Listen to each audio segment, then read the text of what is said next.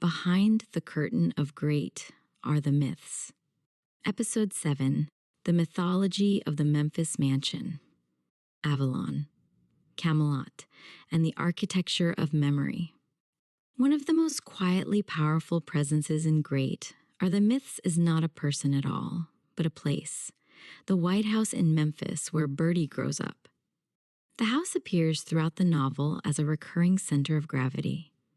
It is where Birdie first arrives as a 13-year-old English girl, displaced from one world and entering another. It is where friendships begin to take shape, where the boy moves in and out of her orbit, and where the emotional architecture of her youth forms. Although the narrative eventually expands outward, to New York, Los Angeles, Palm Springs, and the vast cultural machinery of American myth-making, the Memphis house remains the origin point of the story's emotional life. It is the place where the myth begins before anyone recognizes that myth is forming. The house as a child's myth. The first full description of the Memphis house appears in the chapter Welcome to My World.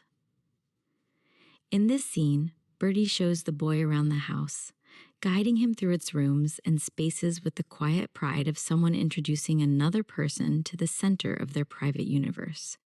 During this tour, she refers to the house in explicitly mythic terms, describing it as her Avalon and Shangri-La.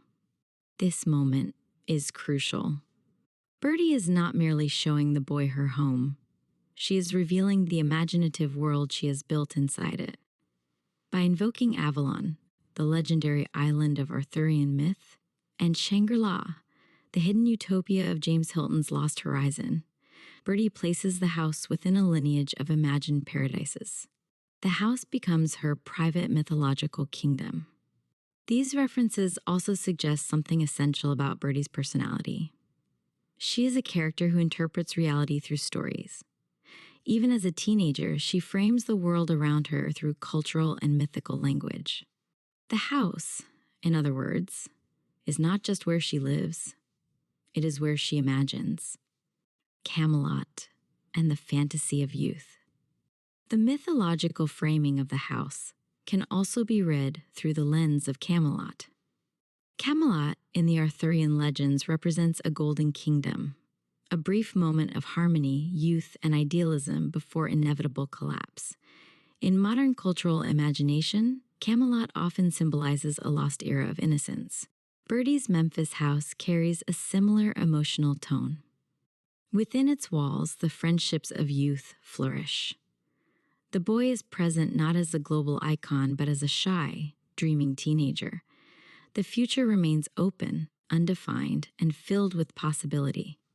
Seen from the vantage point of adulthood, the house becomes something like the Camelot of Birdie's youth, a place that existed for a brief period before time and history transformed everything around it. The mythology of the house is therefore not accidental. It reflects the way memory often transforms childhood spaces into lost kingdoms, Neverland, and the refusal to grow up.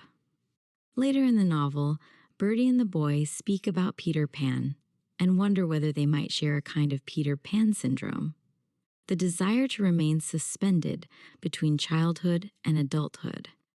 This conversation casts another light on the Memphis house.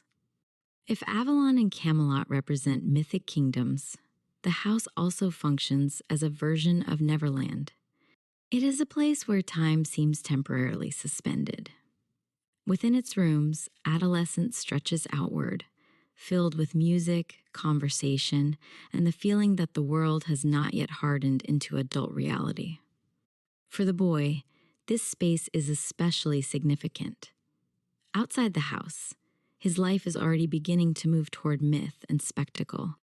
Inside it, however, he remains simply himself. The house, therefore, becomes a refuge from the forces that will eventually transform him into a cultural symbol. Like Neverland, it preserves the illusion that youth might last forever. Houses as psychological architecture. The symbolic significance of the Memphis house becomes even clearer when viewed through the lens of literary theory. The philosopher Gaston Bachelard, in The Poetics of Space, argued that houses in literature often function as structures of memory and imagination. The rooms of a house, he suggested, mirror the structure of the mind itself. Childhood homes, in particular, become emotional maps. They are the places where the earliest layers of identity are formed and where memory later returns in moments of reflection. Birdie's Memphis house can be understood in precisely this way. Within its walls, the experiences that shape her inner life quietly unfold: friendships, conversations, early romantic awareness, and the dawning recognition that something extraordinary is beginning to form around the boy she knows.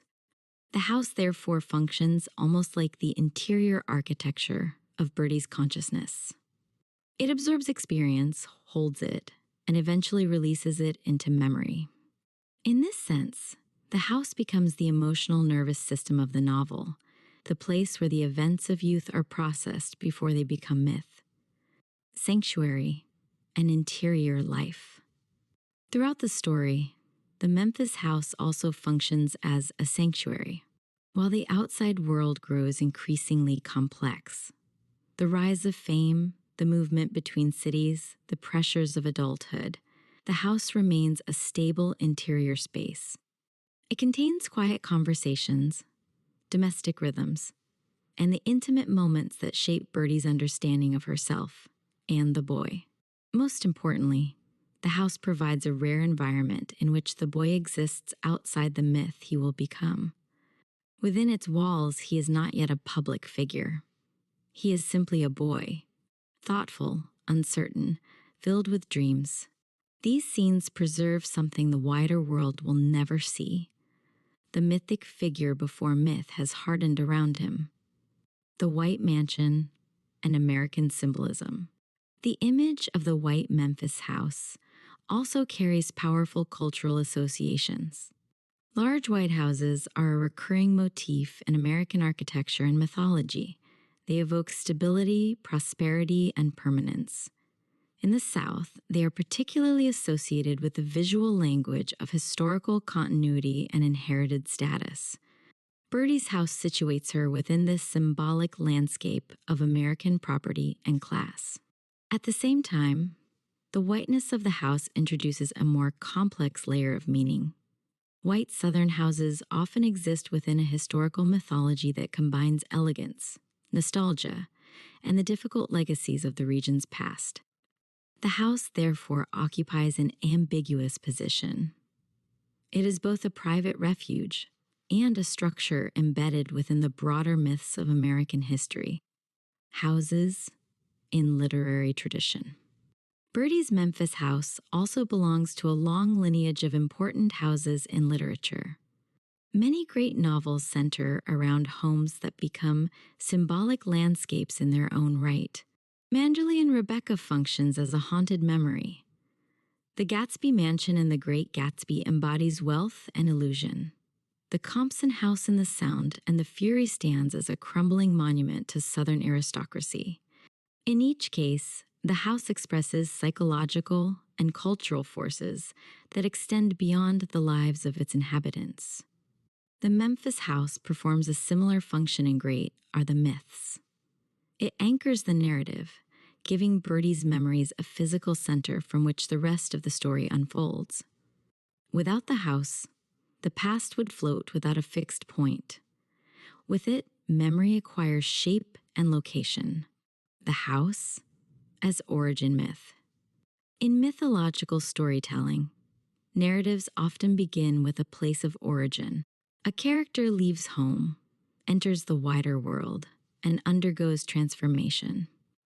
Yet the memory of the original home remains central to the story. Birdie's Memphis house functions in precisely this way. It is where her American life begins. It is where the boy first enters her world. It is where the emotional tone of youth takes shape. Everything that follows, travel, fame, adulthood, understanding, grows outward from this initial space. The house, therefore, becomes more than a setting. It is the origin point of the myth. the house in memory. As Birdie reflects on the past, the Memphis house takes on a dreamlike quality. Like many childhood homes, it becomes less a physical structure than a landscape within memory. It holds echoes of conversations, the warmth of summer evenings, and the quiet sense that something extraordinary was beginning to unfold.